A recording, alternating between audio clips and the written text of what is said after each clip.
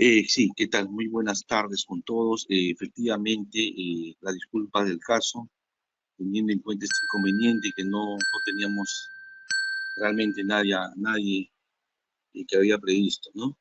Sí, efectivamente, Ana Luz, vamos a continuar con el Sistema Nacional de Control en este momento. Son varias sesiones, tengo entendido, que hicieron acá. Esta es la última sesión y que abarca, pues, obviamente, servicio de control concurrente, control específico. Las mismas tienen varias fases dentro de la aplicación del control gubernamental. También tengo conocimiento que en su momento habían mi antecesor, el licenciado Timaná, les había señalado que el control gubernamental pues abarca dos tipos de controles, ¿no? Como es el interno y el externo. Y en el caso del interno, los responsables definitivamente está establecido y lo señala la norma, es el titular de la entidad y los gestores públicos, tanto como servidor o funcionario público, indistintamente el nivel jerárquico que pudiera ostentar. Este punto ya tengo entendido que ya lo señalaron, hablaron los componentes que tiene, los 5 componentes de ambiente de control, evaluación de riesgos, sistema de control gerencial, información y comunicación, así como la supervisión correspondiente de control interno. En la otra parte, ¿no? Desde el punto de vista del Sistema Nacional de Control, tenemos el control externo, es decir, el control gubernamental desde el punto de vista de auditoría gubernamental, donde que los profesionales multidisciplinarios, dentro de sus acciones y actividades de control que están enmarcados en su plan anual de control, definitivamente ellos proyectan todo lo que se van a realizar durante un periodo fiscal. Es por ello que el Sistema Nacional de Control, como verán en la diapositiva, está la Contraloría General de la República, que es el ente rector del sistema administrativo de control gubernamental. Eso hay que dejarle muy bien claro, mis estimados compañeros y colegas, que dentro de los sistemas administrativos en el aparato estatal son 11 sistemas administrativos. ¿Correcto? Tenemos al sistema de contabilidad, sistema de tesorería, endeudamiento, de presupuesto público, y cada uno tiene sus entes rectores, así como el sistema de control gubernamental, que es otro sistema administrativo y que también es parte del mismo, de acuerdo a la Ley Orgánica del Procedimiento del Poder Ejecutivo, más conocido como LOPE. El Sistema Nacional de Control, mis estimados compañeros y colegas, tiene tres que estamos señalando en este momento, que es la Contraloría General de la República propiamente dicha, los órganos de control institucional, donde que nosotros, todas entidades, participan haciendo estas actividades y acciones de control, así como las sociedades de auditorías inscritas en la Contraloría General de la República. Vamos a señalar básicamente de estas tres, tiene las mismas funciones específicas dentro del contexto de control gubernamental, que es supervisar, vigilar y verificar los actos y resultados de la gestión pública dentro de un determinado periodo fiscal. Los auditores externos, en este caso, las sociedades de auditoría externa, que es otro elemento del Sistema Nacional de Control, la misma que tiene que estar pues adscrita a la CGR para poder acceder a realizar básicamente auditorías financieras gubernamentales dentro de una institución pública. Obviamente pasa y está destinada o designada por la misma CGR. Anteriormente, mis estimados compañeros y colegas, la CGR designaba, como se estila en la realidad, a las sociedades de auditoría externa, más conocidos como los SOAS. Sin embargo, las que se encargaban de pagar esa contraprestación de servicios, hacer los desembolsos, eran las mismas entidades. Sin embargo, en el transcurso de los últimos años, la CGR logró y alcanzó un propósito muy importante en el control gubernamental, consiguiendo que este pago lo este financiamiento haga una transferencia de las entidades públicas al control gubernamental, en este caso a la Contraloría General de la República, para que esta misma haga o realice pues el procedimiento de selección, la convocatoria para poder designar una sociedad de auditoría a fin de que pueda pues esta haga una auditoría financiera gubernamental y donde que se va a alertar básica y eh, exclusivamente las notas financieras, las notas contables, así como los estados financieros y presupuestarios.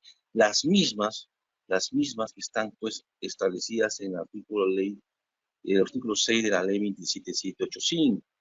Es por ello que la gestión pública como tal, en resumidas cuentas, de acuerdo a lo que la ley de control gubernamental, la 27785, resume que dentro de la gestión pública, el control gubernamental es la verificación, así como la supervisión y la vigilancia de los recursos que dan para administrar dentro del aparato estatal, ¿no es cierto? En consecuencia, mis estimados compañeros y colegas, lo que podemos señalar en estos casos, adicionalmente,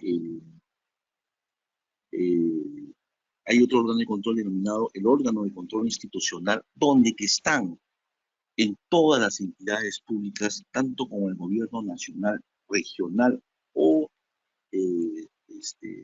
locales, o pues unos jefes de auditoría designadas por la misma CGR con el propósito de que se tengan objetividad y sobre todo independencia al momento de verificar dichas situaciones, de verificar los resultados o las operaciones y procedimientos que efectúan los señores de las auditores y lo que hicieron los tenores de la gestión pública propiamente dicha. Es por ello que control gubernamental, mis estimados compañeros y colegas, nace el servicio de control concurrente, que es una práctica muy utilizada últimamente con la finalidad de que la Contraloría, como ustedes ven en la próxima diapositiva, controla las tareas o actividades de un proceso en curso seleccionado, más aún cuando se trata de empresas contratistas que están ejecutando proyectos de inversión pública, infraestructura de gran envergadura, ¿no? Teniendo en cuenta que son millones de soles del tesoro público donde que se ejecuta y se desembolsa para el cumplimiento de estas obras públicas. El objetivo del tema del servicio de control concurrente es que en ese momento, cuando se realiza esta acción de control, es verificar si estas acciones están afectando o podrían afectar en un futuro corto, mediano e inclusive largo plazo el logro de los objetivos del procedimiento, en este caso del proceso, en una ejecución de una obra. No solamente en la ejecución contractual, sino estamos hablando también inclusive en el procedimiento de selección. No nos olvidemos, señores, el Sistema Nacional de Abastecimiento, que también es otro sistema administrativo de la Ley Orgánica del Poder Ejecutivo, ¿no es cierto? Y que está, pues, se apoya en el órgano supervisor de contrataciones como el Estado, y así como Perú Compras, ¿no? Para los catálogos electrónicos y acuerdo marco, pero en el tema de la ley de reglamento de contrataciones con el Estado, se establecen tres fases de ejecución, tres fases para las contrataciones públicas, que son los actos preparatorios, la fase de procedimiento de selección, así como la ejecución contractual. Hace un momento señalábamos el tratamiento que hace un control concurrente respecto al tema de la ejecución contractual. Sin embargo, también estos casos se dan en la fase del procedimiento de selección cuando se está adjudicando o el proceso de una adjudicación de una buena pro a un determinado postor. Es cuando efectivamente, de acuerdo a las últimas evidencias e informes de control, e inclusive las denuncias periodísticas por las que se tiene conocimiento público, ustedes podrán advertir y observar pues que el comité de selección, definitivamente, hay comités de selección que realizan malas prácticas para poder adjudicar a un determinado postor un procedimiento de selección, aun cuando esos no cumplan los requisitos o los requisitos de calificación, y mucho menos los documentos de carácter obligatorio. Es más, es un gran avance con el tema de la modernización de gestión pública a realizar este tema de las bases estandarizadas, ¿no es cierto? Como ustedes saben, las bases estandarizadas definitivamente eh, son las reglas de juego que te establece para un determinado procedimiento de selección, ¿correcto? Sin embargo, estas te señala, bueno, adicionalmente te señala que estas no pueden ser modificadas, sobre todo en el tema de los requisitos de calificación y en tema de evaluación y factores de evaluación para poder determinar un ganador en un determinado procedimiento de selección. No obstante, existe en algunas entidades públicas donde que realizan estas malas prácticas, suprimiendo o alterando omitiendo algunos puntos que están determinadas en estas bases estandarizadas, con la finalidad de que puedan pues acceder a algunos postores a una licitación pública con una buena pro, a pesar de que no cumple con todos los requisitos que la ley le da. ¿Y esto a qué se debe, señores? Pues existe definitivamente una concertación, una colusión, donde el control concurrente, en este caso, va a poder determinar, ¿no? Y va a establecer estas presuntas responsabilidades, no solamente administrativa, de responsabilidad funcional, sino inclusive imputaciones penales, teniendo en cuenta que la colusión o la concertación, sobre todo la colusión, está configurado como delito como la tramitación pública, ¿correcto? Tipificado en el Código Procesal Penal. Es por eso, no sé si ustedes mal recuerdan que hace poco el tema del proyecto del Puente Carata, de Provías, del Ministerio de Transporte y Comunicaciones, en el actual gobierno, el comité, de acuerdo a las evidencias y las denuncias que se han formulado, se ha podido determinar una presunta responsabilidad del comité que presuntamente ha direccionado, entre comillas, y ha adjudicado una buena pro a un postor que no cumplía los requisitos, habiendo vulnerado las bases estandarizadas, entre otros dispositivos y o normativas legales vigentes en la materia.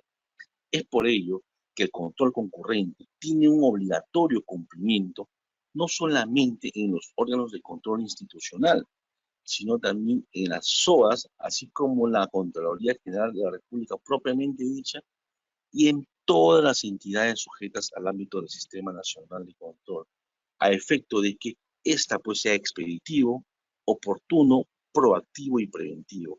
El control concurrente maneja estas cuatro características, mis estimados compañeros y colegas, teniendo en cuenta pues que la aplicación de estas características en una forma diligente va a tener una eficiencia y una eficacia y sobre todo economía y oportunidad en la administración de los recursos públicos. Es por ello que el titular de la entidad es responsable directamente de brindar facilidades para la instalación de la comisión de control cuando se estima conveniente y cuando se inicia una acción de, además de coordinar con todas las personas naturales o jurídicas relacionadas con la entidad para facilitar el acceso a la información y documentación, disponiendo obviamente la entrega de la documentación e información en la forma y plazos requeridos. Y este punto es muy importante, mis estimados compañeros y colegas, considerando o teniendo en cuenta que anteriormente, cuando se realizaba una acción de control, indistintamente si era la CGR, el OSI o una SUA, las entidades, a través de sus funcionarios o servidores públicos responsables de emitir la documentación oportunamente, dilataban esta entrega o simplemente no entregaban, o en el mejor de los casos, reportaban documentación pero incompleta. Esta situación pasaba por alto y tenía limitaciones para poder emitir una opinión el auditor sobre el particular. Teniendo estos resultados, lo que ahora la Contraloría General de la República, dentro de su política de gobierno de control gubernamental, lo que ya determinó y se establece este tipo de situaciones como, eh, como una responsabilidad considerada como muy grave. Es decir, inclusive una función muy grave que te conlleva a sanción de inhabilitación. Ya se ha visto muchos casos en muchas entidades que se ha dado aperturando ni siquiera un procedimiento administrativo disciplinario que realiza la entidad dentro de su institución pública, sino la responsabilidad administrativa funcional lo realiza o lo efectúa, mis estimados compañeros y colegas, el Tribunal de la CGR, es decir, de la Contraloría General de la República, ¿correcto? A diferencia de los PAT, que lo realiza el secretario técnico del órgano instructor del procedimiento administrativo disciplinario y que tiene, pues, entre comillas, podría llamar de más leve, versus lo que las responsabilidades funcionales que determina la CGR, ¿no? Es por eso que la Comisión de Control, cuando realiza su servicio de control concurrente, tiene un supervisor, un jefe y sus integrantes debidamente equipados desde el punto de vista técnico, profesionalmente hablando, y multidisciplinario, y realizan inicialmente la etapa de planificación, donde que van a, el supervisor en este caso, coordina directamente, no solamente con su equipo de comisión de auditores, sino también con las autoridades principales de la alta dirección de una entidad pública, con el propósito de, pues, que el jefe, una vez que ya haya tenido la planificación, administra y dirige la comisión de control, ¿no? Además de cumplir con los criterios y estándares establecidos por la gerencia para el. Por ello que el auditor, en este caso el auditor supervisor o el auditor jefe de auditoría o el auditor encargado, el término que se utiliza en la actualidad, pues dirige o lleva a cabo la planificación que ha hecho el supervisor de acuerdo a la expertise y la experiencia que pueda tener. Y obviamente a los integrantes los participa activamente con el propósito de que ésta, pues, concluya en el trabajo de campo unos hitos que podemos ver en la pantalla de control concurrente durante el desarrollo del ejercicio de control a efectos de poder identificar situaciones adversas que puedan afectar el desarrollo de una gestión en una institución pública. ¿Qué llamamos situaciones adversas, mis estimados compañeros y colegas? Situaciones adversas son básicamente estos escenarios donde que la entidad identifica riesgos, ¿cierto? Riesgos altamente, altamente que va a generar un perjuicio económico. Es decir, un riesgo todos sabemos que es una situación de alta probabilidad de ocurrencia, ¿no es cierto? Pero de ocurrencia, pero con un impacto negativo. Es decir, que va a tener un perjuicio económico en la entidad e inclusive su equivalente. No necesariamente puede ser un impacto económico, sino también un impacto social, que es lo que busca actualmente la Contraloría General de la República a través de su auditoría de desempeño. Hemos señalado un momento que tenemos auditoría de control concurrente, o servicio de control concurrente, servicio de control simultáneo, auditorías de cumplimiento, que la auditoría de cumplimiento básicamente, mis estimados colegas, a diferencia del control concurrente, es cuando el cumplimiento es cuando ya se dio, es decir, ya se consumió la gestión y en consecuencia se revisa toda la documentación integralmente de todos los actuados administrativos desde el punto de vista técnico y legalmente a efectos de poder determinar si hubo alguna vulneración o transgresión de una norma. Pues situaciones que realmente se da en la práctica, ¿no? A pesar de que muchos funcionarios o servidores realizan acciones discrecionales, desde el punto de vista de gestión, a efectos de poder salvar algún tipo de situación y que generar pues el impacto en la sociedad, en la representación de las sociedades civiles, no sea tan negativo. No olvidemos que la gestión pública, así como el control gubernamental, ¿qué es lo que busca, además de los conceptos o lo que señalamos hace un momento? Tanto como control y gestión, estimados compañeros y colegas, ambos, ¿no? Como sistemas administrativos, lo que pretenden alcanzar es un bienestar de la ciudadanía a través de su sistema administrativo, logrando una excelencia, eficiencia, eficacia, obviamente vinculado directamente desde el punto de vista económico y sobre todo que sea oportuno. Y es por ello que el hito de control concurrente, como vemos en esta pantalla, son varias etapas en las cuales el auditor, como tal, realiza varias actividades a efectos de poder evaluar inicialmente y sacar unas conclusiones ligadas directamente a sus conclusiones y recomendaciones que van a servir al titular de la entidad y sobre todo a la gestión para poder tomar acciones, ¿no? Y revertir alguna una situación que pudiera generar un perjuicio económico. Es por eso, ¿en qué procesos en curso de la entidad se aplica el tema de control concurrente, este control gubernamental? Señalaba hace un momento, y acá lo establecemos en la diapositiva, son los procesos de contratación de bienes y servicios y consultorías en el marco de la ley. Esto pues se da con la finalidad del procedimiento de selección propiamente dicha. También en la ejecución de un proceso de selección, en el estado y mantenimiento de la infraestructura pública, los procesos, prestación de servicios públicos y todo acto que ejecuta la entidad. ¿Por qué, señores, les comento, en todo caso la norma te establece eso? Porque todas estas actividades realizadas en gestión pública representan desembolso de fondos públicos a determinados contratistas. Estos recursos que son administrados, ¿no? Por una entidad, ¿no? Por un tiempo determinado, ya sea por un voto electoral o por una designación según corresponda, pero siguen siendo fondos públicos y lo que se busca es salvaguardar los intereses del Estado, ¿no? A través de una buena administración. Es por ello que los mayores, de acuerdo a los estudios y análisis que se ha hecho, los mayores afectaciones desde el punto de vista gubernamental respecto a,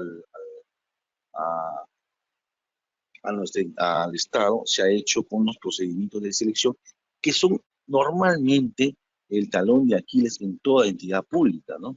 Entidad pública considerando que esta entidad pública, ya sea por desconocimiento, negligencia o omisión de funciones, genera un perjuicio económico a la entidad.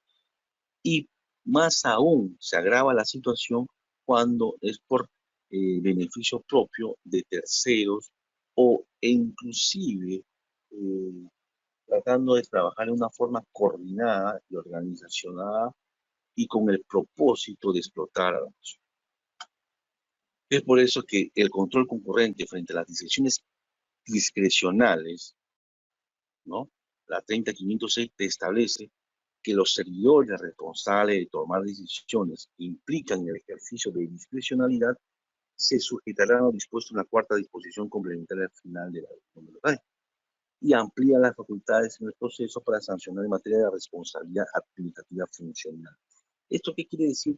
Básicamente, en términos mucho más sencillos y criollos, pongamos así entre comillas, es cuando el funcionario o el servidor público, para hacerle mucho más didáctico, pongamos un ejemplo, ¿no? Cuando tiene que tomar una decisión en el tema de las emergencias sanitarias, ustedes si pueden recordar que sostuvimos del año 2020, el 15 de marzo de 2020, se realizaron varios controles concurrentes frente a las decisiones discrecionales realizados por los funcionarios públicos o servidores que tomaban decisión al respecto. Primeramente tenemos que ver cuál es una decisión discrecional. La decisión discrecional es cuando el funcionario o servidor público, para tomar una decisión, se aparta, entre comillas, se aparta de la norma, evaluando obviamente integralmente un contexto para poder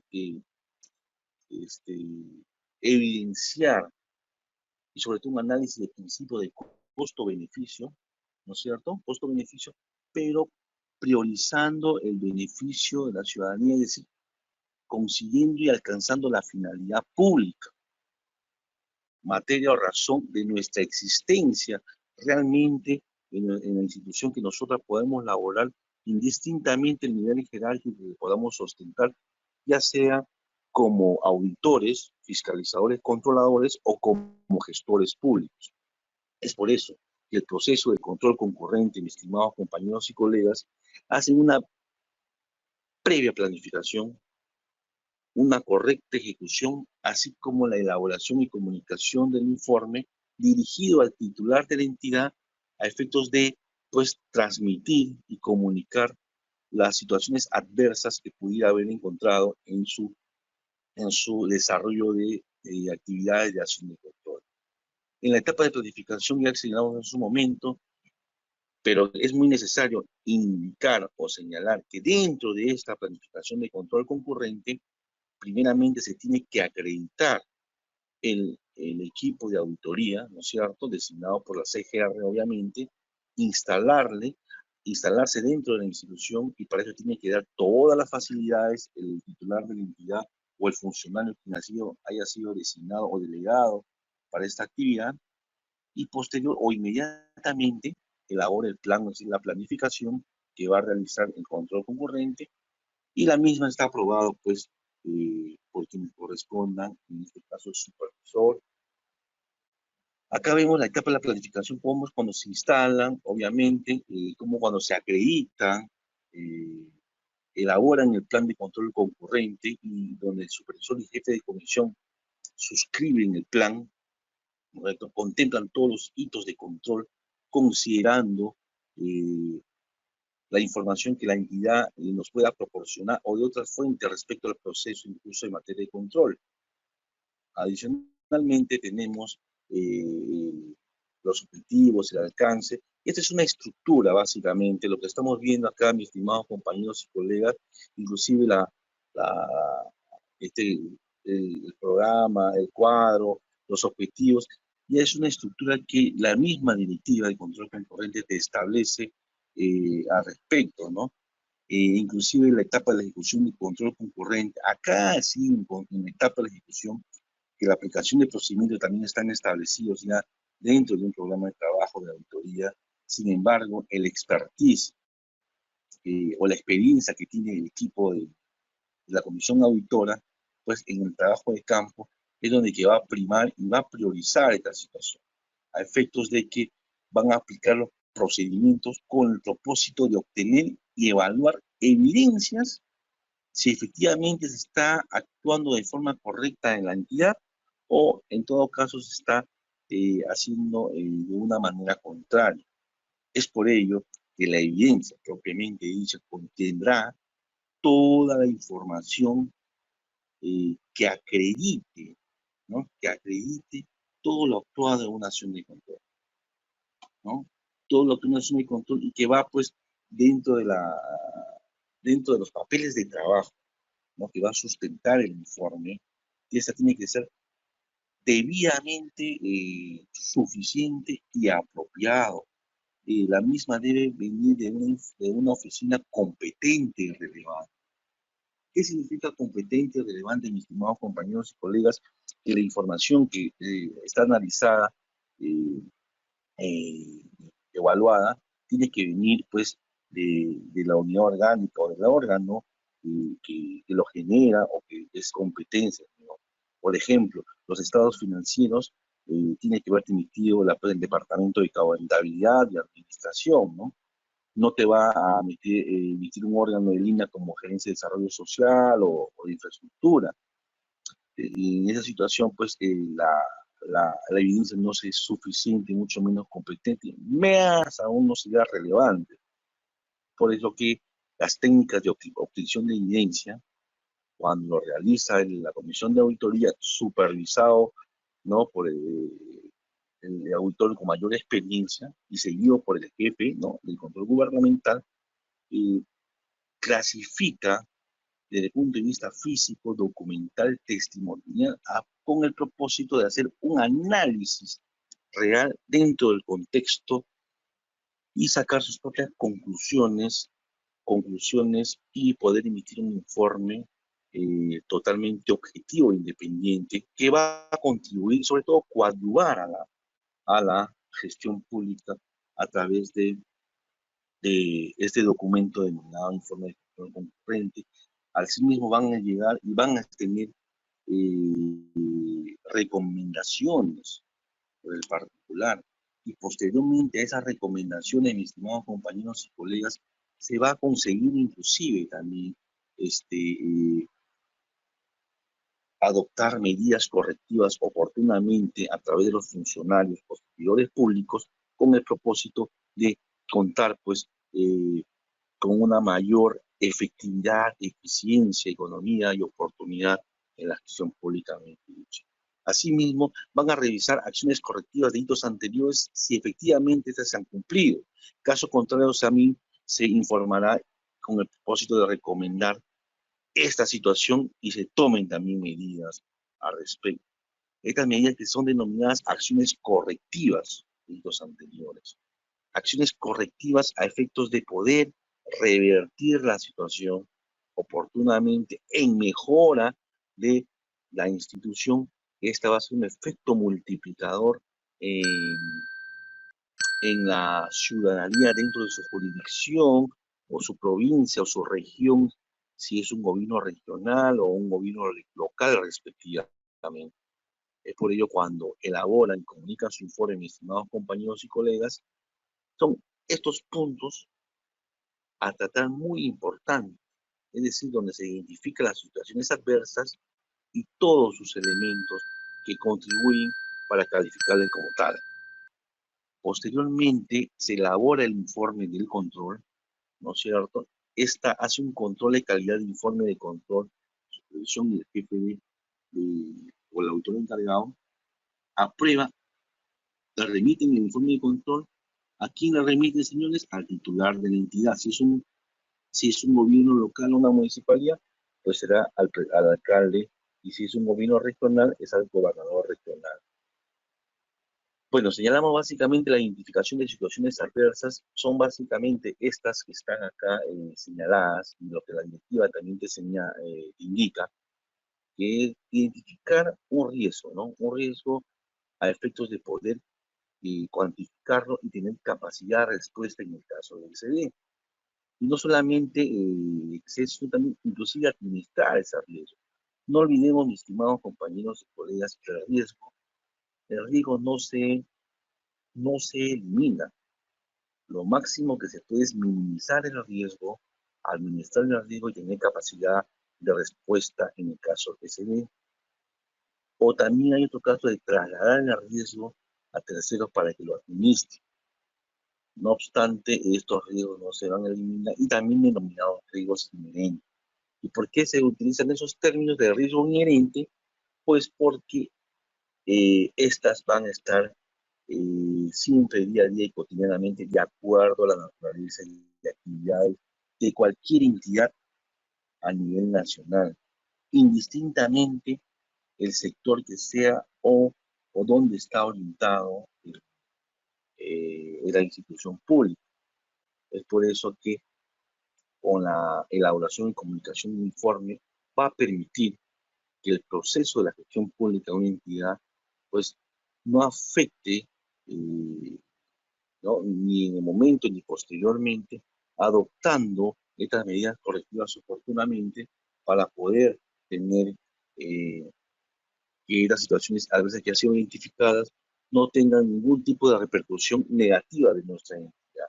Un ejemplo de situaciones adversas, señores, tenemos acá, por ejemplo, la deficiencia del proceso constructivo en inadecuado control técnico basado en columnas y construcción de veredas que generan el riesgo de afectar la calidad de obra de contingencia. Este es muy particular. Miren, ustedes saben que la ley, bueno, y el reglamento de contrataciones con el Estado establecen que tanto como las contrataciones de servicios, las adquisiciones de bienes, así como las ejecuciones de obras, tenemos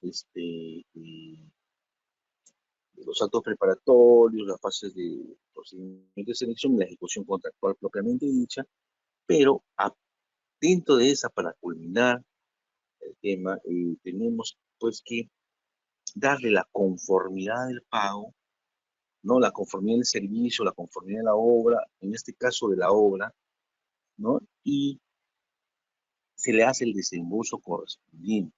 Sin embargo, lo que la norma te establece y te señala que una obra terminada, ¿no es cierto?, tiene que tener una garantía, o tiene una garantía de 7 años, ¿no? De 7 años posteriores a la finalización de la obra. Es decir, que tiene que garantizar. Y en una acción, ¿no? En el informe, cuando hace una acción de control, verifican efectivamente esta obra que está deteriorada o afectada en su circulación, pues lo combinan al contratista que venga y realice y aplique su garantía bajo, pues, bajo responsabilidad, ¿no? Entonces se comunica a la OCE en el caso de que se ofreciera resistencia para tal situación. Este mismo ejemplo lo pasamos en una etapa de ejecución contractual cuando se está construyendo, en este caso, una columna, una construcción de veredas, y el control concurrente, cuando realiza esta visita, advierte pues esta situación adversa de que dentro del proceso constructivo, el vacío de las columnas están malas o de mala calidad, considerando las grietas, y que esto pues pudiera ocasionar inclusive no solamente un perjuicio económico en el caso de que se pueda derrumbar, sino también generar víctimas mortales, ¿no? Víctimas mortales de que inclusive ya no van a tener reparación civil, es decir, responsabilidad civil, sino imputaciones penales, ¿correcto? Con este informe de control se va a advertir la situación y va a conminar al alcalde, pongamos en el caso que el titular de la entidad sea de un gobierno municipal, a efectos de que pueda pues, tomar las acciones o las medidas correctivas en el más breve plazo para que pues evite esta situación pueda afectar en el corto o mediano plazo un derrumbe, ¿verdad? Vemos la elaboración y comunicación de informe que también tiene estos 4 puntos que vemos en este momento, mis estimados compañeros y colegas, que están ya determinados y establecidos como tal. Realmente ya no hay nada que inventar, todo ya está, entonces solamente es que familiarizarse. Lo único que se puede decir en todo caso, que los informes de auditoría, tanto como el supervisor o el jefe o el auditor encargado, son los que emiten o elaboran el informe de control.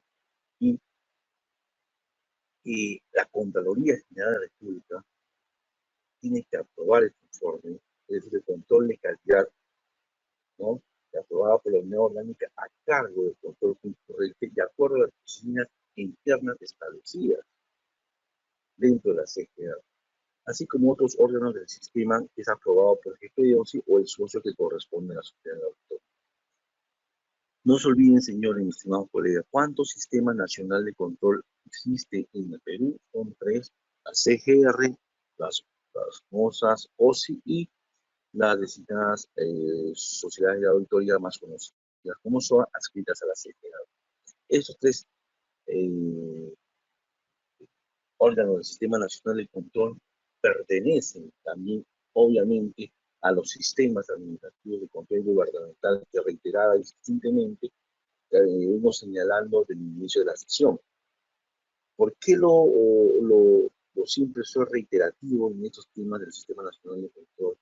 Porque muchas personas en la práctica confunden que solamente el trabajo de órgano de control es de la Contraloría General de la República. Sin embargo, existen otras dos órganos, como es el órgano de control institucional, así como la sociedad de auditoría externa, designadas por la CGR, que también son parte del control gubernamental. Y de estos tres viene la pregunta: ¿qué funciones específicas tienen cada una de ellas y cuál es la más competente y cuál es la más relevante? O en todo caso, ¿quién tuviera más expertise? Eso sí es una apreciación personal que voy a decir en este momento. Pudiera, en todo caso, no necesariamente tiene que ser así, pero lo que yo percibo, ¿no? En mi humilde opinión, es que los auditores de sociedad y auditoría se han ido especializándose mucho más que la CGR y que la misma OSI, teniendo en cuenta que estas pues han ido pasando por varias entidades en un año. Puede estar pasando por 4 o 5 entidades haciendo auditorías. Y este ejercicio les permite a estos profesionales multidisciplinarios absorber mayores conocimientos, mayor experiencia o expertise en las entidades que van durante un año, 5 o 6. Imagínense si pasa 5 años, son un promedio de 30 entidades auditadas por cada auditor en esos 5 años, ¿no es cierto? Y que pues ha visto N y actividades o particularidades de una institución pública. Si eso lo ponemos en la práctica y lo comparamos con uno de la CGR o uno del OSI, ¿no es cierto?, que paran muchísimos 2 o 3 o 4 años eh, solamente en una entidad pública y se paramentan, y por eso que cuando realizan las auditorías de cumplimiento, se enfocan básicamente ver si efectivamente existe la transgresión o vulneración de un dispositivo legal vigente a la materia. Situación que realmente no estaría tan mal, que digamos, considerando que prioriza o prevalece dicha situación frente al impacto positivo que puede dar una acción, más aún si es discrecional de un funcionario o servidor público. Muchas veces en el escenario, en la vida real, es decir, en la práctica, se ha podido evidenciar que muchos funcionarios servidores no han tomado decisiones que iban y definitivamente favorecerían una mejor calidad de vida a los ciudadanos, una determinada ciudadanía, simplemente porque estaría vulnerando una norma y que son pasibles de trabajo por el particular. En consecuencia, hay también muchas normas que están atadas nosotros, como funcionarios, servidores públicos, que van a, de una u otra manera, dar una muestra de limitaciones, a pesar que podamos tener una herramienta, ya sea presupuestaria, financiera, económicamente viable, no se puede dar porque los auditores, cuando realizan este ejercicio de actividad de control, se van a determinar responsabilidad o presunta responsabilidad, obviamente, por haber transmitido una actividad. Eso sí es cierto. Le digo presunta responsabilidad porque eso también hay que tenerlo muy en claro, ¿no? Presunta responsabilidad es porque los señores auditores, si bien es cierto, pueden hacer su acción de control, estar concurrentes, simultáneo,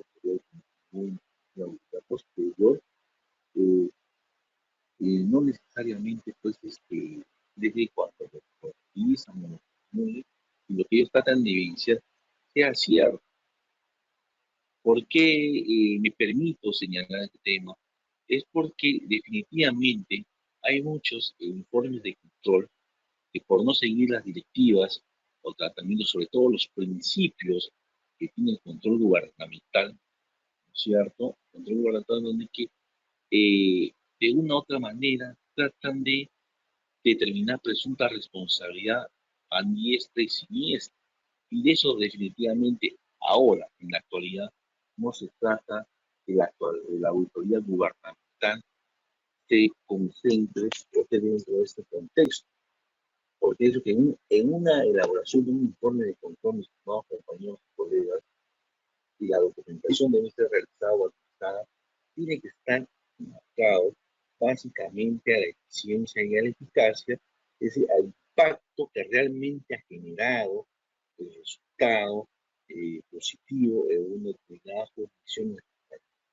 Es por ello, y vuelvo a reiterar, que la misma CGR ha visto conveniente ya en estos años, en estos últimos años, incluir la auditoría de desempeño en las auditorías públicas, auditoría gubernamental. ¿Y qué hace la auditoría de desempeño? La auditoría de desempeño básicamente ya no te ve o te mide la transgresión o la vulneración de un dispositivo legal vigente a la materia, sino te mide la eficiencia, la eficacia y si te ha sido económico, si ha sido oportuno una decisión de un determinado funcionario público en la administración de sus recursos, en una institución, obviamente, ¿no? Entonces, sabemos, hay mucha insatisfacción de los representantes de la sociedad civil, ¿no? De la población en general, que reclaman la no presencia del Estado peruano para satisfacer sus demandas a nivel nacional. Y cuando se les señala o se les exige que esto es un tema de norma o dispositivo vigente de la materia, definitivamente no tienen la capacidad de ver esta situación, más aún cuando la gran mayoría ahora tienen conocimiento de que nuestro Perú maneja un presupuesto enormemente a comparación de los últimos años. En la actualidad, en el año 2022, sabemos que maneja 197.000 millones de soles para todo este 2022 que ha sido aprobado por el Congreso de la República, del presupuesto general de la República, para ser distribuido en los tres niveles de gobierno. Y de los 197.000 millones de soles, mis estimados compañeros y colegas, lamentablemente, a pesar de que son 3 veces más de los presupuestos del último 2008, 2010, 2012, ¿no es cierto? No se encuentra en la capacidad de atender las demandas de nuestros ciudadanos. Y lo que más grave o perjudicial y sobre todo cuestionable es que cuando ya llega fin de año, así como otras fechas, sabemos que se va a retornar al Tesoro Público varios cientos de millones de soles por la incapacidad de gestión pública. ¿Y qué señalan los funcionarios y servidores públicos? ¿Por qué no han ejecutado el presupuesto, no siendo este un indicador como simplemente decían que pues al hacer esto íbamos a vulnerar otra norma y que y somos pasibles de responsabilidad posteriormente? Es decir, de una u otra manera se sienten limitados para tomar este tipo de acciones considerando todos los señalados, ¿no? Ante esta situación, estimados compañeros, ¿qué es lo que tiene que hacer la Contraloría General de la República, la, la, los órganos del Sistema Nacional de Control e inclusive la gestión pública propiamente dicha? Mejorar los sistemas administrativos, son 11 que tenemos, efectivamente, pero no olvidemos que los sistemas administrativos básicamente son los mecanismos o procedimientos que realiza el Estado, ¿no es cierto?, a través de instituciones públicas para poder llegar a alcanzar un propósito de una determinada gestión y que dan el soporte a quién, señores, a los sistemas funcionales. ¿Y quiénes son o qué cosas son los sistemas funcionales? He aquí los sistemas funcionales, pues son los programas o las políticas del gobierno, ya sea de turno, dentro que se aplica en una entidad. Estas políticas, sistemas funcionales que van a hacer, pues, dinamizar la economía o que pretenden, al menos este objetivo, así mismo mejorar la calidad de vida de los y se apoyan obviamente para darle y que éstas se concreticen y viabilicen, que fluya como tal, se soportan en los sistemas administrativos. Sin embargo, en los sistemas administrativos, como decía hace un momento, existe un control gubernamental donde que te va a, de una u otra manera, a fiscalizar y sobre todo a determinar presunta responsabilidad. Muchos pues no prefieren no hacer cualquier decisión por temor a de que pueda ser sancionado en el mercado. Y a pesar de que esta decisión, bien o para mal, va a afectar a cientos o a miles de ciudadanos. Por ejemplo, una determinada licitación pública para una obra de infraestructura, sobre todo los hospitales que manejan, estamos hablando de 300 millones de soles, que así cuesta porque normalmente son la modalidad de llave en mano, porque no solamente es infraestructura, ¿no es cierto? También es montaje y adicionalmente son los equipos biomédicos que es parte del hospital o centro hospitalario y debidamente funcionando, equipado, tema de licencia tecnológica y todo. La sumatoria de esos tres obviamente salen cientos de millones de soles. ¿Y qué pasa cuando por una mala decisión de los servidores públicos o funcionarios de adjudicar una buena PRO, ¿no es cierto? Adjudican una buena PRO totalmente direccionada, concertada y que en una acción de control puedan evidenciar que existió en los actos preparatorios o en todo caso en el procedimiento de selección ha existido documentaciones inexactas y falsas o algún tipo de situación que ha alterado o que ha vulnerado la norma. Pues esto pues conllevaría a una nulidad, ¿cierto? Una nulidad de posible selección. En consecuencia, esta obra de 300 millones de soles que se va a ejecutar en 4 meses en determinada jurisdicción va a afectar no solamente la economía de un determinado lugar, porque al tener, no olvidemos que esos 300 millones que va a invertir el Estado peruano, va a generar empleo porque va a contratar mano obreros, los profesionales, y no solamente a ellos, también adquisición de uniformes, EPP, materiales de construcción, o sea, y cada obrero también representa una canasta familiar.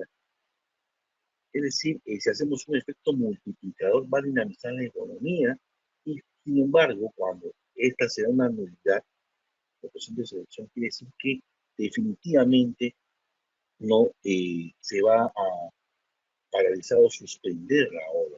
En consecuencia, ya no va a haber más desembolso hasta que se resuelva muchas veces, muchísimas veces, demoran meses y en otros casos años, ¿no? Es por ello que en ese lapso que está abandonada también la obra, entre comillas, hay un perjuicio económico porque se tiene que pagar mantenimiento, seguridad, y al no utilizar también pues se deprecia. O sea, por donde lo veas hay un perjuicio económico. Pues, la gente o las personas de ahí también van a dejar de percibir o la generación de empleo se va a paralizar, ya no va a haber economía. Y no solamente eso, sino también el tema social, el impacto de salud que va a generar, porque al no efectuar o no concretar un centro hospitalario de alta tecnología en 2 años, independientemente de los considerados económicamente hablando, también pues ya se va a dejar de curar o tratarse un neonato, un adulto mayor o nosotros mismos, ¿correcto? Y entonces, por donde lo veas, definitivamente hay una afectación al Estado peruano dentro de los ciudadanos, dentro de nuestra ciudadanía. Es por ello que acá vemos el niño costero, el balance de años que ha pasado, las entidades, y de acuerdo a los informes, a los resultados que tenemos con anterioridad, sabemos cuándo va a haber un niño costero, cuándo va a haber la niña inclusive, no solamente sino el friaje y el helaje que va a haber en la zona sierra de Perú. Y para ello se tiene que hacer una verdadera planificación para poder hacer frente a estas situaciones. No obstante, las razones que sean o los motivos, pueda existir, no se lleva a cabo esta verdadera planificación y se comienza a hacer las compras de contrataciones directas por emergencia, ¿no es cierto? Y pues la misma trata de eh, desviar recursos públicos como se evidenció en los últimos años y el autor a través del control concurrente, ¿no es cierto?, va a aplicar todo su expertise para poder garantizar que estos recursos sean mal gastados y sobre todo desviados, no solamente en el costero, también tenemos el tema de reconstrucción con cambio. Reconstrucción con cambios donde que ven varios componentes y sus intervenciones. No lo vemos que componentes acá de reconstrucción con cambio, ¿no es cierto? Pero hay un expediente técnico que para una ejecución de una obra tiene varios componentes, su estructura de costos, compra de materiales, pago de toreros, materia de construcción, entre otros, donde que están ahora la gestión que ha hecho la Contraloría General Pública, lo que ha alcanzado en este momento, a partir de este año, en una obra, un proyecto de inversión pública que supere más de los 10 millones de soles, tiene que considerarse en unos componentes el 3% del valor referencial de lo que se ha hecho, con la finalidad de que ese 3% va a ser destinado y transferido a la Contraloría General de la República para que ésta pues destine a auditores gubernamentales para que hagan el control concurrente durante toda la ejecución del proyecto de inversión pública, es decir, desde su inicio hasta el final, para que pueda actuar el acompañamiento correspondiente, de esa manera garantizar y eh, de otra manera pues dar la seguridad que este proyecto pueda terminar y conllevar bien evitar pagaciones o el tema de la intervención de la Junta de Resolución de Disputas o inclusive las malas negociaciones que dan los supervisores de obras con los contratistas, ¿no? Que en muchos casos se ha dado. No necesariamente tiene que ser así. Sin embargo, el autor gubernamental con este presupuesto que ya se consiguió en mostrar el tema de estos contratos, perdón, de estos expedientes técnicos, va a tener mucho más campo de acción para poder participar en el control gubernamental y en consecuencia va a generar mucho más confianza en la ciudadanía ante muchas situaciones. Acá vemos en la pantalla, señores, la Autoridad para la Reconstrucción con Cambios, que es una estructura también de la presidencia del Consejo de Ministros, todos lo sabemos, ¿no es cierto? Y que están 5 ministerios dentro de esta reconstrucción con cambio. Vivienda, transporte, agricultura, educación y salud son aquellos sectores que están vinculados directamente con reconstrucción con cambio, que ya debería terminar bueno, de acuerdo, ya debió terminar hace un año o 2 años, si no me equivoco. Sin embargo, han venido prolongando más porque todavía no se culmina con todas las expectativas y más aún con el presupuesto que ha sido destinado para estos casos. Asimismo, todo control concurrente, control